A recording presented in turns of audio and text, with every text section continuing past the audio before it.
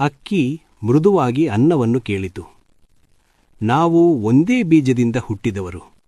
ನೀನು ಹೇಗೆ ನನಗಿಂತ ಭಿನ್ನನಾದೆ? ಅನ್ನ ಮೌನದಲ್ಲಿ ನಗೆ ಚೆಲ್ಲುತ್ತಾ ಹೇಳಿತು.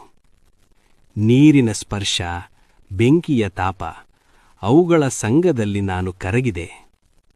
ಕಲ್ಲಾಗಿರಲಿಲ್ಲ, ಕರಗುವ ಕಲಿಕೆ ಕಲಿತೆ. ನನ್ನಲ್ಲಿದ್ದ ಕಚ್ಚುತನ ಹೋದಾಗ ಮಧುರತೆ ಹುಟ್ಟಿತು. ಅಕ್ಕಿ ಎಂಬ ಭಾವ ಕಳೆದುಕೊಂಡಾಗ ಅನ್ನ ಎಂಬ ಅನುಭವವಾಗಿ ಬದಲಾದೆ ನಾನು. ಅದೇ ರೀತಿ ಜೀವನದಲ್ಲೂ ಉತ್ತಮ ಸಂಘ, ಸಜ್ಜನರ ನೆರಳು ನಮ್ಮೊಳಗಿನ ಅಜ್ಞಾನ, ದುರಿತ, ಅಹಂಕಾರವನ್ನು ನಿಧಾನವಾಗಿ ಕರಗಿಸುತ್ತದೆ.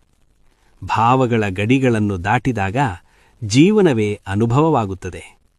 ಅಲ್ಲಿಂದಲೇ ಪುಣ್ಯ, ಜ್ಞಾನ ಮತ್ತು ಮನಶ್ಶಾಂತಿ ಮೊಳಕೆಯೊಡೆಯುತ್ತದೆ.